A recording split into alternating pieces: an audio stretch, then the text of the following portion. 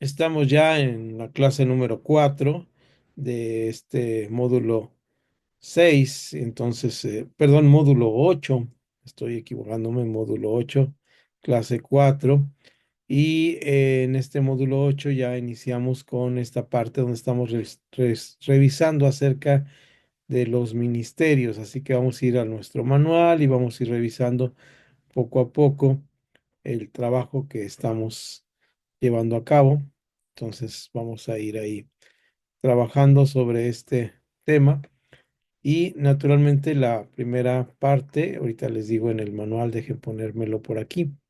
La primera parte que tenemos en el manual eh, es aquí en la letra G. Estamos prácticamente a la más de la mitad de la página 11 de nuestro manual.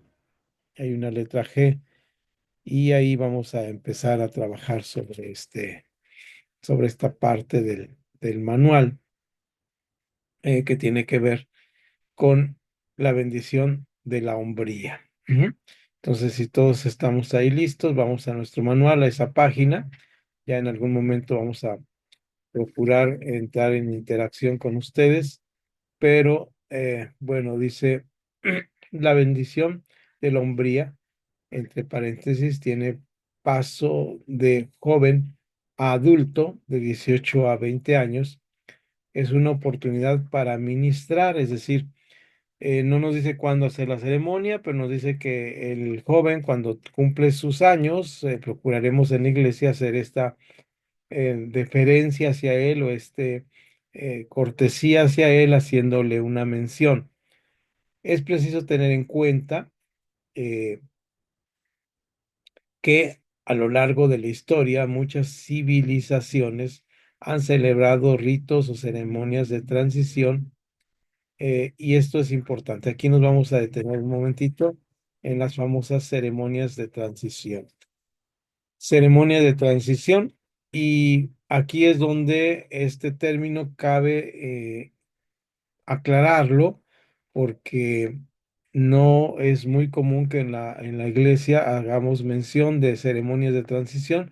Sin embargo, en la vida constantemente estamos trabajando este tipo de ceremonias de transición que son visibles o invisibles. La más común sería la ceremonia que hemos mencionado en los cursos pasados sobre los 15 años.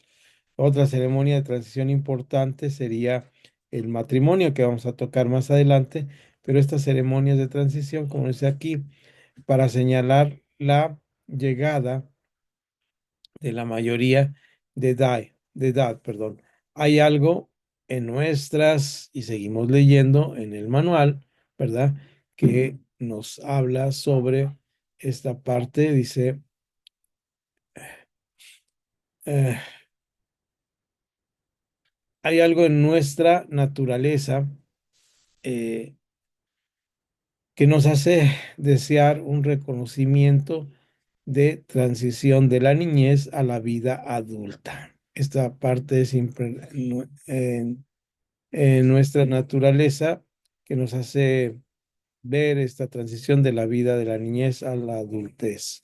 Hasta ahí vamos a dejar la lectura. Ahorita regresamos al texto del, ah, de nuestro manual. Y bueno, esto está en la Biblia. Recuerden ustedes que la mayoría de los textos nos marca cuando eran jóvenes y cuando ya pasan a una edad madura. En el caso de Juan y en el caso de eh, Jesús, marca así: el niño Jesús crecía en sabiduría y ciencia delante de Dios, en fortaleza física también delante de Dios y de los hombres.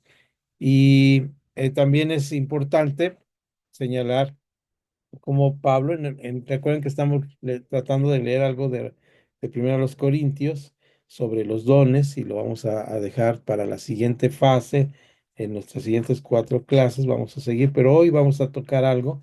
Y si vamos ahí a primero a los Corintios capítulo 13, que es el capítulo del amor, pero al final de este dice el versículo 8: el amor nunca deja de ser, pero las profecías se acabarán y cesarán las lenguas, y la ciencia acabará, porque en parte conocemos y en parte profetizamos. Mas cuando venga lo perfecto, entonces lo que es en parte se acabará. Y luego el famoso versículo 13:11: cuando yo era niño, hablaba como niño, pensaba como niño, juzgaba como niño, mas cuando fui hombre, dejé lo que era de niño. Entonces esta parte es interesante porque los fenómenos de transición de la niñez a la adultez son importantes de marcar como una parte esencial de la vida. Ahora, bien, esta parte de la transición que tenemos ahí en nuestro letrero que pusimos, dice para señalar la llegada a la mayoría de edad.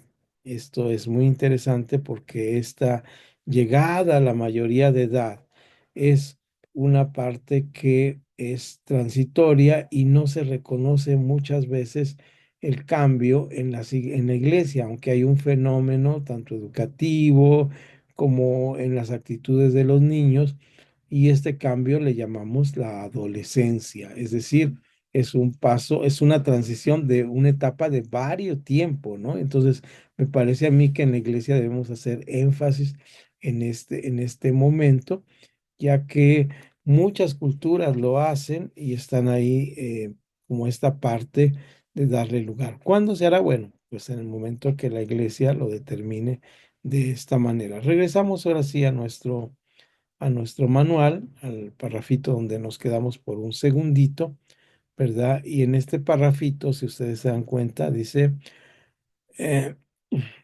después de que dice la niñez a la vida adulta, lo típico era que estos ritos incluyeran tres elementos por separado. ¿Cuáles son estos tres elementos que nos marca aquí como tres elementos de esta transición? Bueno, entre estos elementos encontramos eh, separación. Es el primer elemento. Es decir, hay un momento en donde ya no son niños, y como dice 1 Corintios, pensaba como niño, andaba con niño, llegó un momento en que fui hombre. Transición, es decir, hay un momento de cambio. Esto es interesante porque es incluso un cambio físico con los famosos eh, nuestras forma de cambiar nuestro físico en los caracteres sexuales secundarios que llamamos. Y no solamente esto, sino hormonal. Empieza a generar el cuerpo a las famosas hormonas que van al cerebro y le dicen algo está cambiando. Ujú.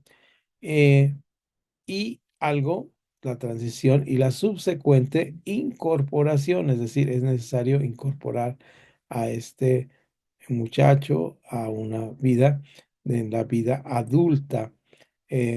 ¿Cuándo se da esto? Bueno, pues en el momento en que los muchachos están en esta etapa. Recuerden ustedes que el libro de Daniel nos habla de historia de este muchacho que vivió en su vida, pues realmente situaciones bastante trágicas, ¿no? Porque es de los. Imagínense ustedes que estamos en nuestro país y de repente dicen, ¿saben qué? Pues aquí nos invadieron los babilonios o los visigodos, ¿verdad? Y entonces ellos decidieron que los únicos que van a sobrevivir, todos los demás serán muertos y matados y los pocos que queden van a llegar a otro pueblo de que trajeron los visigodos o los que sean a México y van a colonizar México con una nueva idea. De ahí surgen los samaritanos, ¿verdad? De esa mezcla y los poquitos que queden, que puedan sobrevivir, porque ahí no había una destrucción genocida hacia un pueblo, sino simplemente pues, por quien se podía esconder se escondía. Pero dice estos babilonios que se van a llevar a los más ricos. Y entonces esta etapa le toca a Daniel cuando es joven, aunque la historia del libro de Daniel, muy interesante, abarca todos los periodos de su vida, pero esa etapa del joven Daniel es esta etapa, ¿no? Entonces nos habla de esta etapa, ese libro, y nos habla esta parte de que cuando somos niños vemos las cosas no con la madurez porque no estamos preparados para la vida adulta que tiene que ver con esta parte importante. Regresamos a nuestro manual para ver, sería importante que la iglesia diera énfasis a este cambio. Eh, bueno, ahí vamos a ver si alcanzo, ya no vi unas letras de este lado, pero a ver, ahorita me ayudan si necesito por ahí ayuda en algún momento. Sí tenemos todos el manual ahí listos para leer por cualquier cosa. Ok. En la mayoría de las ocasiones dentro del contexto cristiano evangélico, no existe ningún rito o celebración para entrar en la vida adulta, por lo menos de los varones. Quizá por esta razón es que con demasiada frecuencia nuestros jóvenes, si tienen acentos y jóvenes, simplemente se deslizan hacia la vida adulta sin un sentido de ser enviados, ni aún ni una bendición, por favor, perdón, ni una bendición de parte de su sociedad o su familia. Es decir, es cuando se forma aquí, cuando hay esa transición de separación, transición y la subsecuente incorporación a la vida adulta, es cuando se forma el sentido de identidad y de pertenencia. Es cuando los muchachos justamente están en la secundaria y en esta etapa donde ya pasan de la educación primaria a la educación secundaria y a la prepa, es justamente cuando hay una búsqueda de identidad. Es muy interesante que aquellas personas que fueron adoptadas o que no conocieron a sus papás, es la época donde empiezan a investigar quiénes fueron sus papás, por qué murieron sus papás cuando eran niños, etcétera, etcétera, y más, etcétera. Porque hay una búsqueda de identidad. Al final le definimos identidad como la búsqueda de mis raíces. Identidad he definido como de dónde vengo, dónde estoy y a dónde voy. Esa búsqueda de identidad o de pertenencia, que también tiene que ver con esto, pertenecer a un grupo es sumamente importante. Entonces, en la iglesia simplemente se desliza hacia este tema sin mayor trascendencia, pero sería bueno hacerle a los muchachos alguna fiesta especial cuando cumplen entre 18 y 20 años para que pasen a esta etapa. Sobre este aspecto dentro de la cultura de bendición en el Antiguo Testamento se puede observar la idea de enviar a los jóvenes al mundo con la bendición de Dios. ¿Recuerdan en la famosa escena donde el padre bendice al hijo y Jacob le roba la primogenitura a Isaac? Entonces, esta idea de bendecir a los hijos y cuando Jacob está ahí listo para bendecir a Isaac, a Saúl, ya llega Isaac y le roba la primogenitura, es la parte donde debemos entender que esto no es más que una idea de esta bendición hacia las nuevas generaciones. Es una parte importante bendecir a las personas, tengo que decirlo en mis tiempos, y así lo decimos los viejitos, y ya como yo comprenderé, había cosas que en la actualidad se escuchan en las iglesias que a mí me sorprende mucho. Fui a una reunión de iglesia hace 15 20 días por alguna circunstancia especial en nuestro entorno que no era de nuestro movimiento, que no era de nuestras iglesias. Y entonces escuché la oración por las ofrendas más terrible y llena de herejías que he escuchado en mi vida, porque se basaba todo en el yo y que Dios te iba a bendecir y multiplicar si le dabas en ese momento dinero. Pero una de las cosas terribles es que la persona que estaba ahí estaba repartiendo bendiciones a diestra y siniestra. Yo te bendigo. Con esa palabra, yo te bendigo. Antes, pues el único que bendecía era el sacerdote, ¿verdad? Entre los cristianos decíamos, Dios te bendiga. Pero ahora ya se nos metió el espíritu eh, romano en nuestras iglesias y ahora ya la gente bendice. Esto es bastante curioso. Pero bueno, dar la bendición de Dios la bendición, no tu bendición, la bendición de Dios, como está en la Biblia, que dice, el Señor te bendiga y te guarde, haga resplandecer el rostro sobre ti, que está en varias partes de números y varias partes donde se encuentra la bendición. Ahí encontramos una manera prudente de nosotros como adultos hacer bendición por nuestros hijos. Qué mejor que así fuera, donde me quedé, eh, sí, donde estamos hablando de los patriarcas o del padre. Por supuesto que la bendición bíblica adquiere muchas formas, pero la idea central de este acto consiste en apartar o destinar, perdón, alguien o algo para un propósito especial. La bendición tiene este propósito. Recuerdan las bendiciones bíblicas, ahí están como esta. Ahora sí, vamos a ver si alguien me ayuda con el siguiente parrafito. Mientras tomo un poco de cafecito, alguien prende digo, tecito, ahora es tecito. Donde dice la ceremonia puede.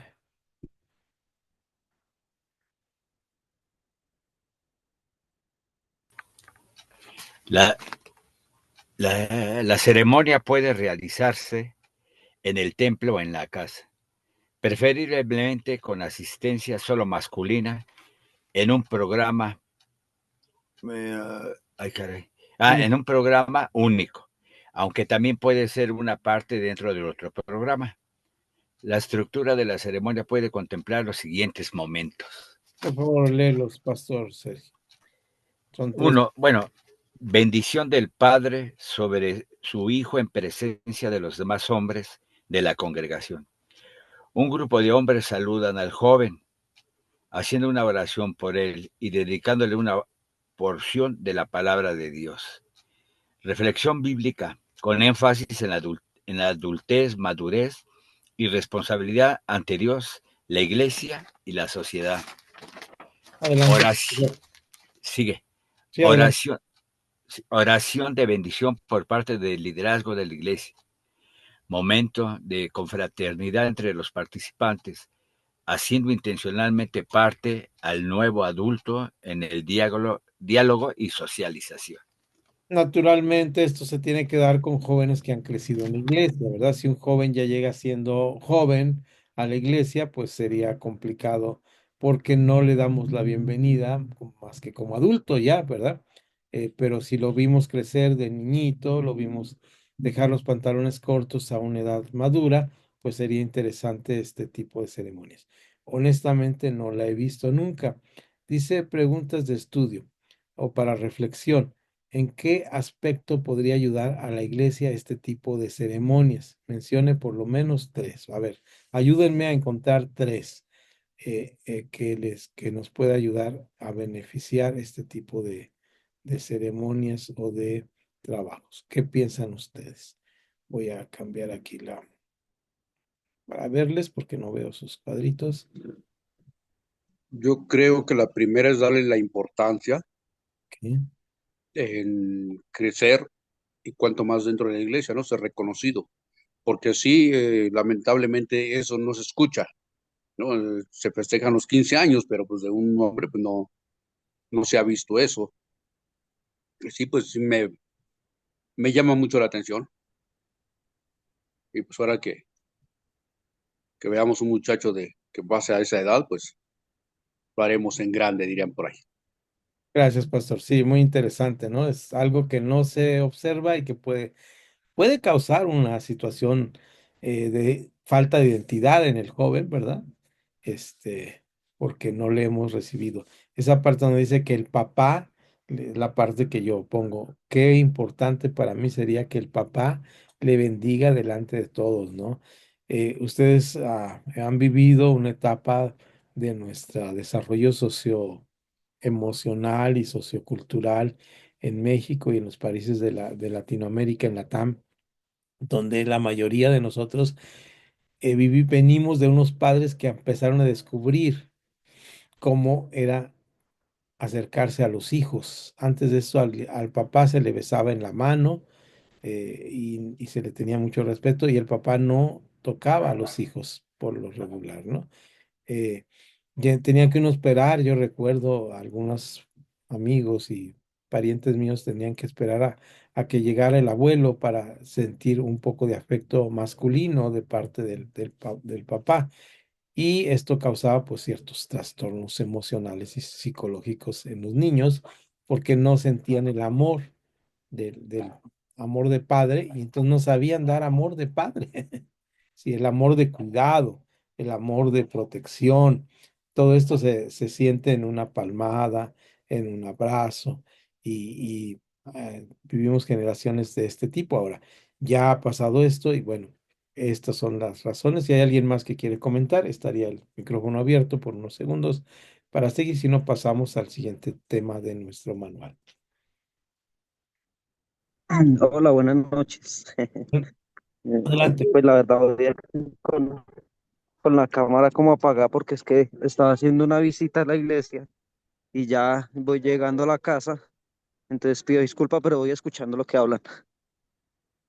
Ok, Dani, no hay problema. Ahí en lo que puedas estar está muy bien. Si no, ya saben que si tienen que abandonar por alguna cuestión pastoral, pues ahí está. Dejo siempre la grabación para que sigan. Bien, vamos a, a cambiar aquí para la grabación. Ahí estamos. Entonces, buscamos nuestra siguiente pizarra electrónica. Ya vimos acerca de esta parte y vámonos con la letra H. Y este es el matrimonio. Vamos a gastar un poquito de tiempo aquí, pero va a ser interesante. Vean ustedes esta letra H que puse ahí un icono. Voy a poner más grande para que se vea. Este icono que ven ustedes ahí en el lado izquierdo de su pantalla o de mi pantalla, es dos globitos de diálogo y estos dos globitos de diálogo tienen un diálogo en común. Esto es muy interesante.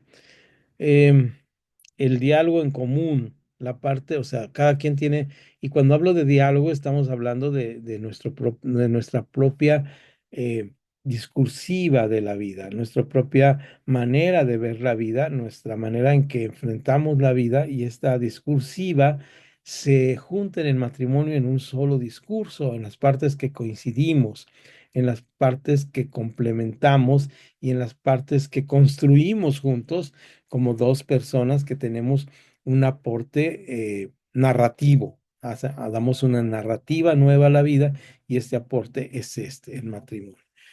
¿Cómo se celebra en la iglesia? Pues vamos a nuestro manual y ahí tenemos cosas que vamos a sacar. Ahí tenemos tela de dónde cortar en este tema. Espero no extenderme mucho porque quiero tocar el último tema rapidísimo al final, que es muy breve, pero también hermoso. Entonces, vamos a esta parte de nuestro manual.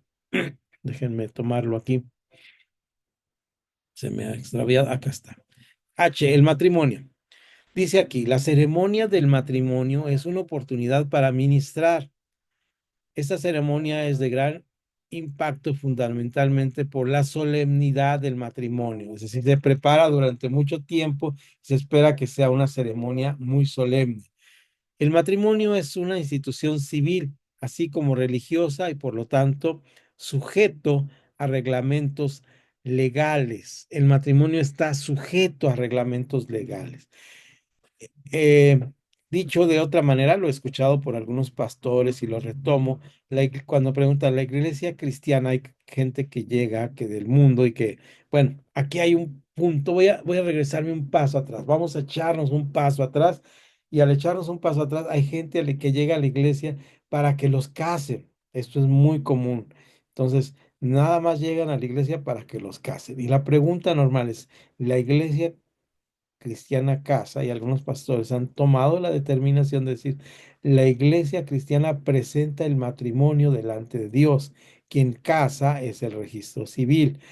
Algunas personas piensan que no, que la iglesia casa junto con lo civil.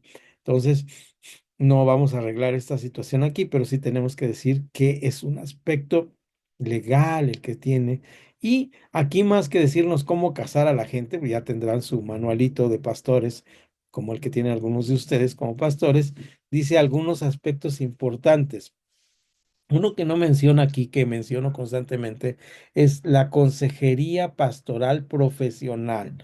Es decir, tenemos que afinarnos en trabajo de consejería pastoral profesional para los matrimonios. Ujú. Buscar recursos, leer, hacer nuestros propios manuales. No tiene que ser un experto, pero también saber delegar en algunos aspectos. Saber delegar tanto a psicólogos como consejeros cristianos, eh, pastores con mayor experiencia, porque hay muchos aspectos del matrimonio que hay que afinar. Dar cursos de matrimonios en nuestras iglesias para que los matrimonios tengan un cuidado y permanencia preventiva de las situaciones, ¿no?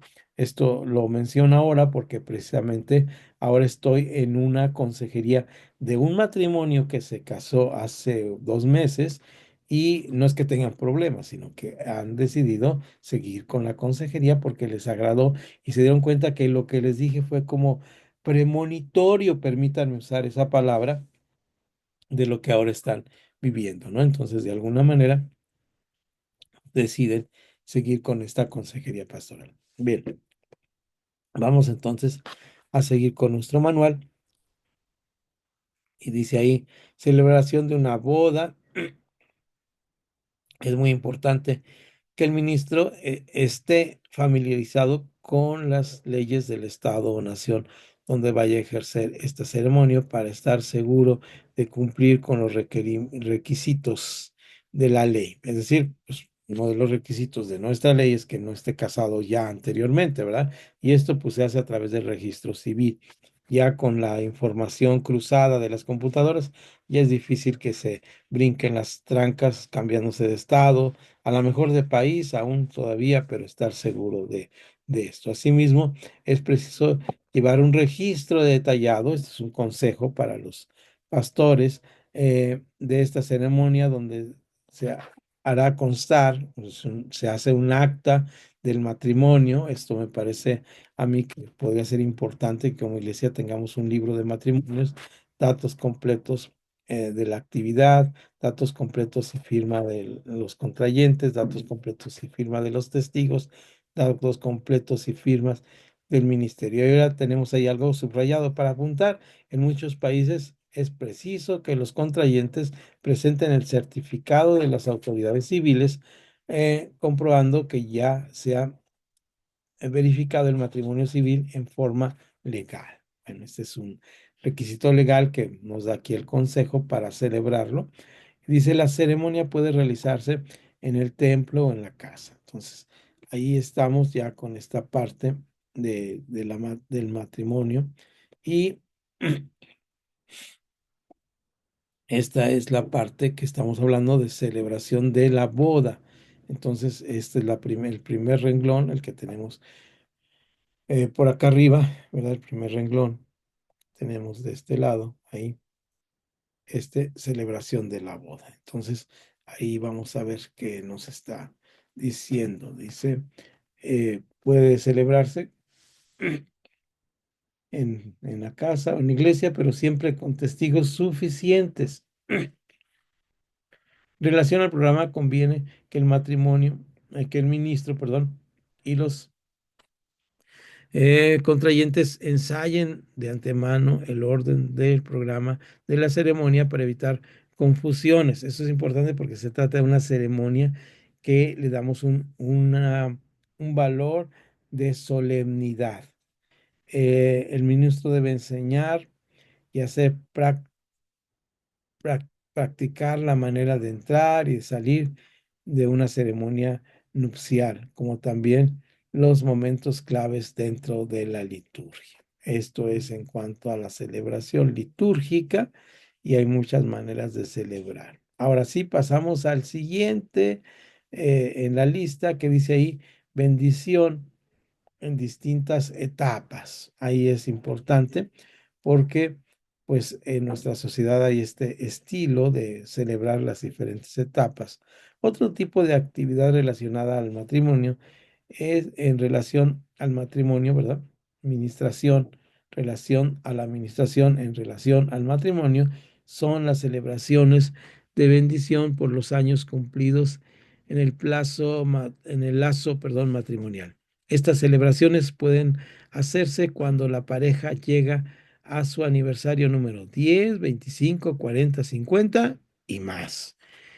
Propósito fundamental de este tipo de celebraciones es la acción de gracias por el tiempo transcurrido y lo alcanzado hasta ese momento. Por lo general, son actos sencillos con una variación cuando se trata de bodas de plata o por bodas de oro, que son a los 50 años. Cada denominación lo maneja diferente y cada familia lo maneja diferente. Hay familias en nuestras comunidades de fe, con los hermanos menonitas, que lo piden y se les hace esta ceremonia, ¿verdad? Y pues se tiene deferencia o cuidado con ellos, protección pastoral. Y sí es importante que en estas ceremonias pues hagamos el énfasis en esa parte. Lo que los mantiene juntos no es la resistencia, sino el amor y el perdón que se tienen unos a otros y ese dibujito que les enseñé, que es importante, que definitivamente para mí es sumamente relevante cuando dice... eh, son dos personas que construyen su propia narrativa. Son dos narrativas, dos vidas, dos maneras de pensar diferente que construyen una propia narrativa. En el aspecto de que cuando hablamos de consejería pastoral, que ya vamos a tener un curso de consejería y vamos a dedicarle tiempo, no sé al final aquí con nosotros en este curso si estoy eh, teniendo malas ideas porque yo doy al final un curso de ética que me está gustando mucho darlo y lo doy aquí en Centro Mateo ahora con los muchachos. Bueno, Pastor Daniel fue parte de este curso de Centro Mateo, pero estoy haciendo un esfuerzo por ver si logro en algún momento dar un curso sobre consejería, sobre bases de consejería pastoral. No sería por mí, yo sería el maestro suplente o auxiliar, sería un muchacho de una de nuestras iglesias, Iván, que está haciendo un máster en consejería pastoral y queremos hacer un libro. Entonces, qué bueno sería hacer un libro en base a un curso y no es que ustedes pastores sean conejillos de India, sino serían beneficiados de de este curso de consejería pastoral y tocaríamos pues con más detalle el detalle que nos da aquí Priscila, que es como una herramienta básica para el pastorado, pero ahí como que planteamos. Ya les contaré cómo va ese asunto, porque no depende en este caso de mí, sino de las fuerzas que siga teniendo en la vida y de las fuerzas y la sinergia que pueda hacer con este compañero, ¿no? Entonces, pero si no, el de ética, ese ya está puesto y si Dios nos permita darlo, eh, o los dos, ¿verdad? ¿Por qué no? Vamos a ver cómo nos va con esto. Entonces, aquí estamos con esto en este momento de la consejería, porque si debemos hacer esta ceremonia de del bendición en las diferentes etapas, nos dice aquí el manual, fíjense bien cómo me llamó la atención ayer que lo estaba leyendo sobre esta parte. Dice, eh, la celebración puede tener variantes como participación a nivel familiar y congregacional. Es decir, la congregación es testigo de estas dos discursivas que se conjugan en una sola parte. Inclusión de un acto de renovación, confirmación del pacto matrimonial, de esto que por eso lo recordé los circulitos, el pacto matrimonial. Y el pacto matrimonial tiene que ver mucho con esta parte que es la parte de nuestra entrega el uno para el otro y no de resistencia a un estado de matrimonio que es difícil y que se habla como una situación difícil, sino al contrario, dar ejemplo de que este momento es un momento donde se ha logrado esta convivencia sana y de madurez y de funcional, ¿verdad? de un matrimonio funcional en la vida cristiana que es posible. Explicación de la bendición sobre la fidelidad matrimonial, los frutos, hijos, nietos, bisnietos, etcétera. Depende de los años que se festejen. Utilización de elementos simbólicos, Biblia, anillos, cuerdas, todo esto que se utiliza en los matrimonios se puede volver a utilizar ahí, etcétera, etcétera, hasta donde, ahora sí, como decía mi suegra, unos como tienen y otros como pueden, ¿no? Entonces ahí hasta donde nos alcance. Eh, Incorporación de momentos artísticos. Qué bonito es que vengan familiares de lejos. Cuando nosotros cumplimos los 40 años estuvo un primo querido que ahora está con el Señor, que vino y cantó ahí algo con sus hijas. Entonces, y también estuvieron hermanos de otras congregaciones cantando. La estructura de la ceremonia puede contemplar los siguientes momentos: reflexión bíblica, una predicación. Mi papá predicó en nuestros 40 años, eso fue muy bonito para nosotros, que mi papá predicara, con énfasis en la presentación del Evangelio, aprovechando la presencia de invitados, amigos y parientes. Las dos hermosas predicaciones que he escuchado de mi papá fueron en nuestra ceremonia de 40 años y en la ceremonia de 15 años de una de nuestras sobrinas. Oración, gratitud y bendición. Y por último, ya pasamos al recasamiento. Aquí es donde, como decía mi abuela, el puerco tuerce el recochino rabo. Es decir, cuando se complica un poco, ¿de qué se trata esto?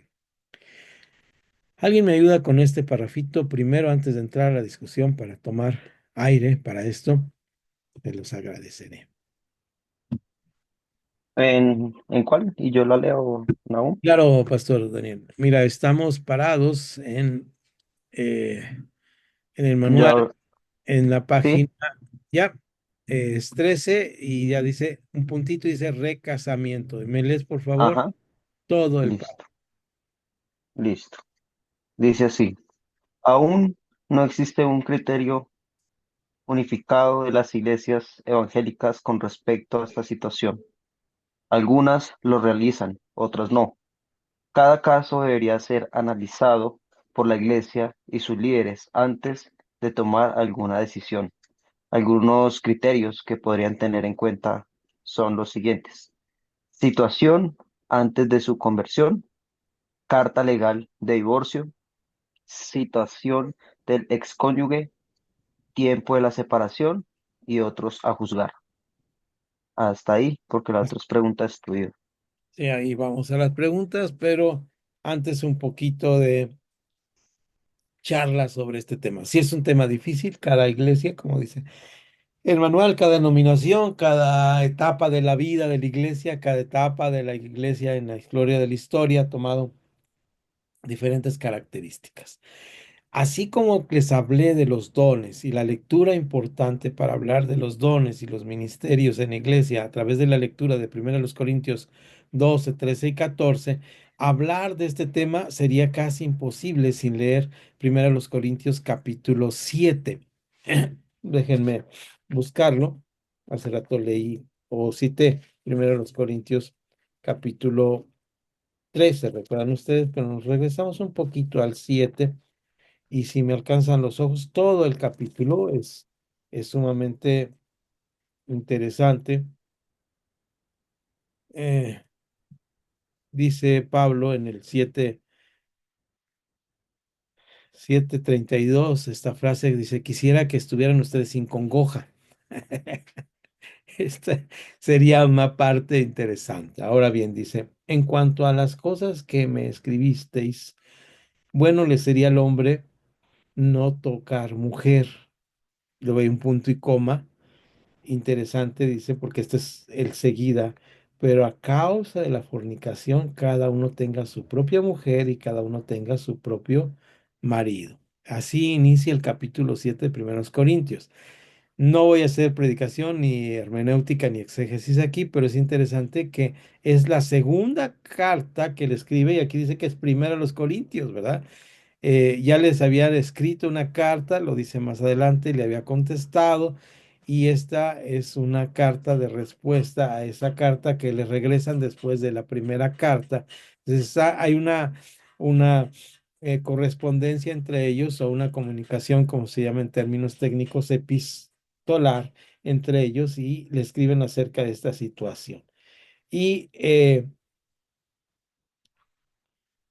él prefiere que el hombre no se casa, porque en el versículo 7 dice, de esa manera, quisiera más bien que todos los hombres fueran como yo, pero cada uno tiene su propio don de Dios, unos a la verdad de un modo y otros de otro. Aquí nos hace pensar que Pablo no era casado, ¿verdad? Él dice, yo tengo un don en cuanto a esto. No sabemos si había sido casado y ya no estaba casado, pero bueno, ese es su don. Digo pues a los solteros y a las viudas, ¿verdad? Fíjense, solteros y viudas, parece que aquí está el problema entre los solteros y las viudas. Aquí está atacando una situación interesante. Qué bueno les fuera quedarse como yo, es decir, sin casarse, pero si no tienen el don de continencia, cásense, pues mejor es casarse que estarse quemando. Pero los que están unidos en matrimonio, bueno, dice otras cosas, me brinco hasta donde quiero llegar a la lectura. Te digo, es una lectura interesante, todos los versículos.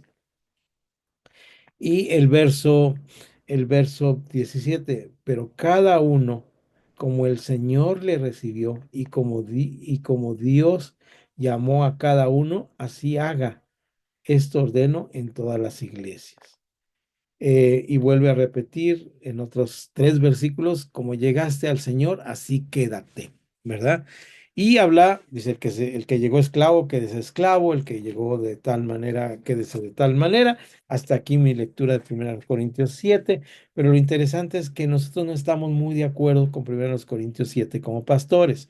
Si llega una pareja que no se ha casado por la iglesia, lo primero que queremos hacer es casarlos por la iglesia y dejamos el sentido de que es una presentación delante de Dios. Entonces, esto, eh, pues debemos hacerlo con mucho cuidado. No es que no estén casados. Digo, no está mal en quererlos casar. El problema es decir que no están casados y están en pecado, porque pues ellos se casaron por el civil o no se casaron y es como estaban en el mundo, pues así deberían quedarse. Pero es importante hacer notar aquí que el énfasis no es que los tengamos que casar, los tenemos que presentar delante de Dios y esto sí es importante. Su matrimonio debe presentarse delante de Dios. Esta es la parte importante. Ojalá quede con toda claridad esto. Entonces, ahora, la verdad, y habría que ir a las encuestas y a la realidad de nuestro país, la mayoría de las iglesias que recasan o que hacen este recasamiento a gente que llega a la iglesia sin casarse, pues les causa un estropicio en la vida de los cristianos. Luego terminan separados porque lo que habían querido es, pues malamente, no se han informado bien y el matrimonio no es un yugo, sino es un compromiso de amistad entre personas. Entonces aquí estamos hablando de esta parte. Por eso el manual nos dice aquí y regresamos ahora sí al manual donde el pastor Daniel dejó la lectura y nos hace una serie, dejen buscar mi manual, acá lo tengo, y dice, deben tomar en cuenta todo esto que leyó, dice, es indispensable a su criterio realizar primero el casamiento de una pareja de concubinos antes de bautizarlos, sí o no. O sea, llegan y quieren bautizarse y resulta que en la consejería de bautismo descubrimos que no están casados y wow, eso causa un problema. Aquí en la iglesia donde asistí por muchos años, que les he platicado, en una clase de bautismo, de repente ya una persona que llegaron a Cristo como habían llegado, es decir, en unión libre, de repente eh, sale ahí en la reunión ya de bautizos, donde ya están dando testimonio de que se bautizaron. Dice la mujer, pues ahora sí, aprovechando que están aquí mis papás y que vinieron a mi bautismo, porque ellos no eran cristianos antes de esto, voy a ver si vamos al registro civil y ahora sí nos casamos por el civil. Y nadie se había dado cuenta de esto, ¿no? Entonces, esa es una situación que surge ahí. No, no somos inquisidores para decir si estaban casados o no, pero esto, ¿cómo lo debemos hacer? Es una pregunta. Cada quien responderá de acuerdo a su propio criterio. Luego hay otra parte, dice, el matrimonio realizado solo en el registro civil y no en la iglesia es válido para ocupar un cargo en el liderazgo, es otra pregunta importante, ¿no? Pero como dijimos en los casos anteriores, debemos consensarlo bien con la iglesia para que todos estemos de acuerdo. Es decir, a ver, hermanos, tenemos este caso, leemos primero a los Corintios 7 todos y llegamos a un acuerdo. Si ellos llegaron a Cristo de esta manera, ahora no se trata de que nuestros jóvenes cristianos no se casen como se deben casarse, naturalmente que esperamos eso de las personas cristianas y de nuestros hijos, pero aunque fuese el caso, y disculpen hermanos, pero yo a veces soy exageradamente tolerante y Dios me perdone, pero aunque fuese el caso que a uno de nuestros hijos se desviara y no se casara, gracias a Dios todas nuestras hijas se casaron por el civil y por la iglesia, en la iglesia evangélica, pero aún si fuera el caso, debemos considerar que fue un momento donde no estaban en un cristianismo verdadero y tenemos que estar atentos a esta circunstancia, ¿no? Entonces ahí estemos muy atentos a esta circunstancia. Bien, eh, bueno, iba a comentar si no hay ningún otro problema. Ya puse los cuadritos, estoy viendo que están, ya no está el pastor Samuel, pero vamos a seguir entonces. ¿Hay algún otro comentario al respecto? No quiero dejar esto sin comentarios. Si hay algún comentario sobre el tema del recasamiento, han tenido una experiencia como pastores, ahí pueden comentar ustedes. Su aportación será muy válida porque son puntos de vista que nos llevan a un consenso y nos pueden ayudar. Adelante, Pastor Daniel. Bueno, buenas noches. Sí, yo creo que esto del recasamiento, pues, si nosotros lo vemos es por la dureza del corazón, ¿no? Porque el mismo Jesús lo dijo, que cuando Moisés le dice, bueno, y habla de eso, entonces él habla sobre eso, de la dureza del corazón, por eso es que el hombre si repudia a la mujer o Wow, cosas así, es lo que yo veo.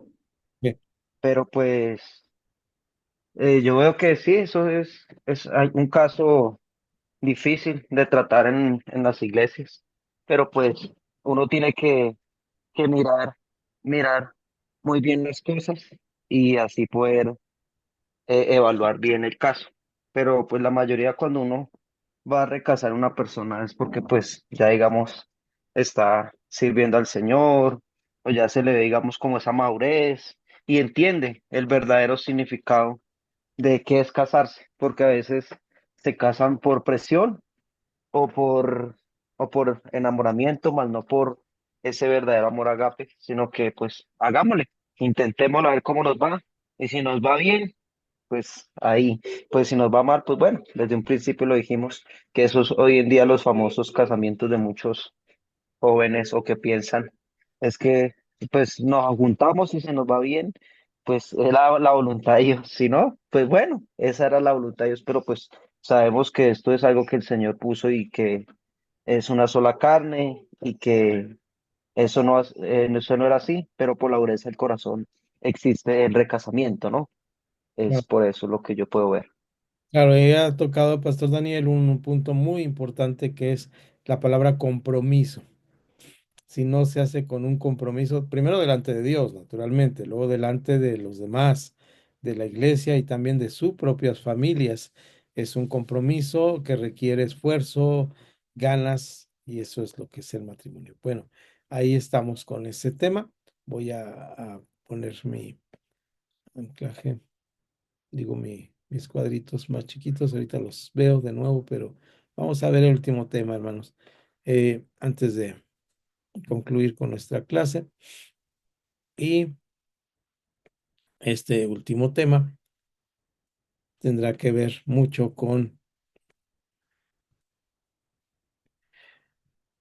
la letra I la dedicación de los abuelos. Es otra parte que nuevamente a veces no hacemos en la iglesia, que tenemos que estar como bien conscientes de que podemos llegar a hacer esta parte del trabajo, ¿no? Entonces, vamos a leer un poquito ahí en nuestro manual. Déjenlo tomo y dice ahí, es algo chiquito, pero está bonito. Dice, la dedicación de los abuelos es una oportunidad para ministrar. En la Biblia se puede notar que se da un énfasis de importancia a las generaciones.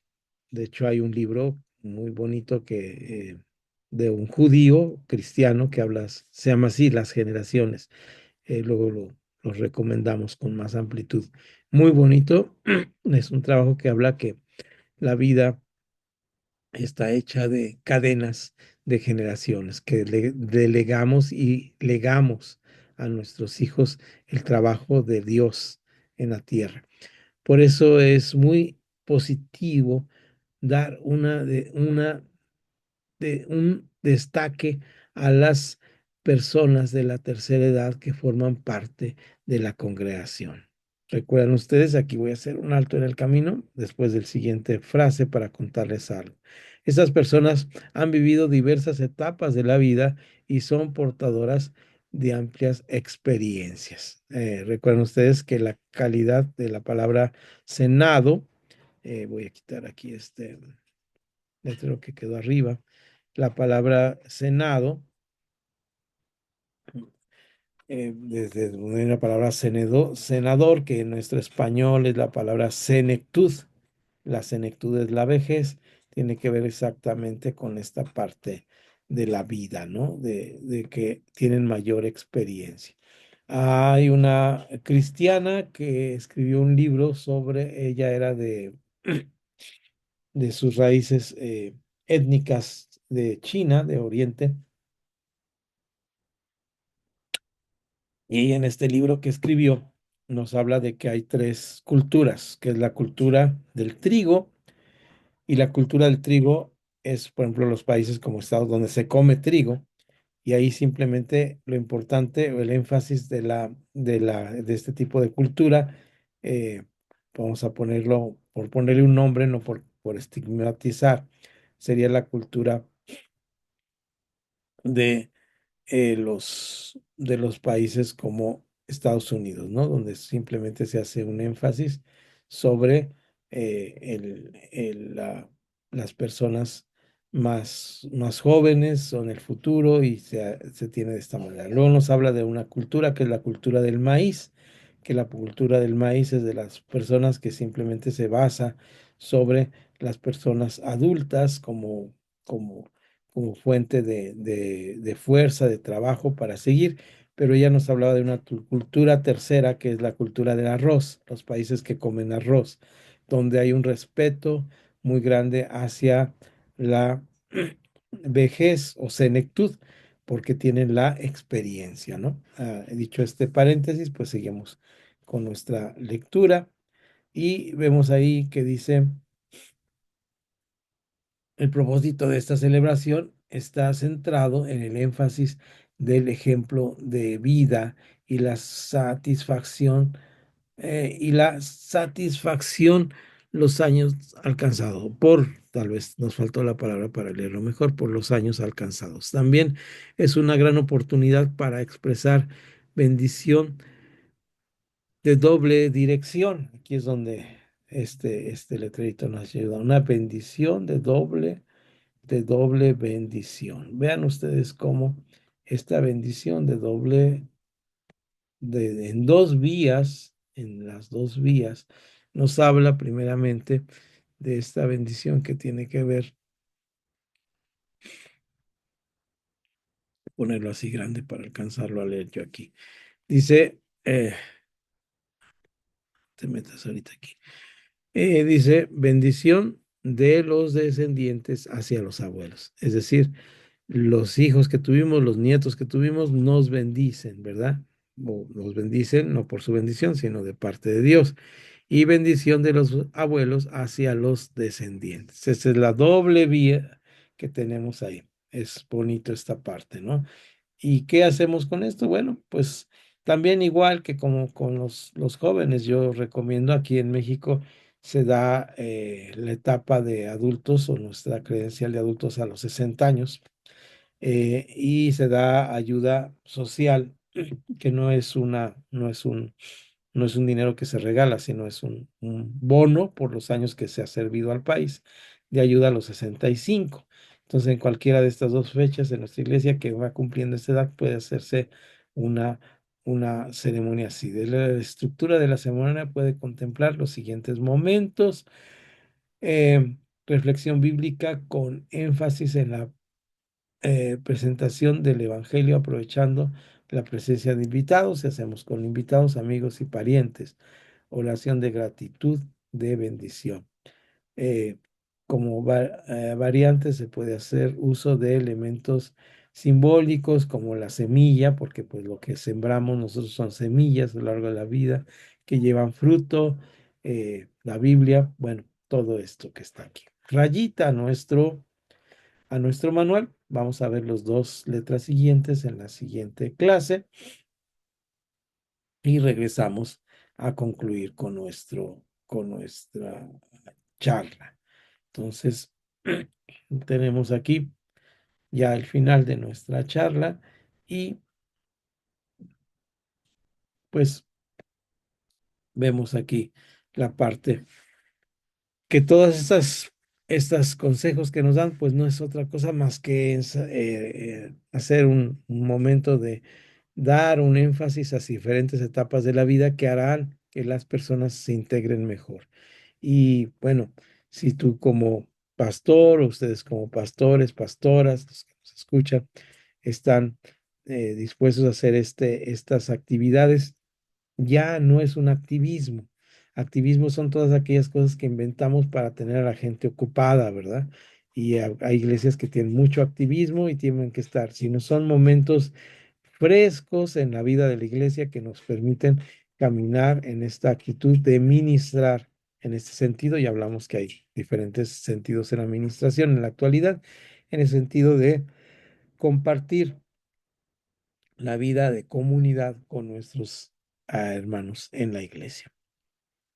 Hermanos, pues hasta aquí nuestra grabación por esta ocasión y nos vemos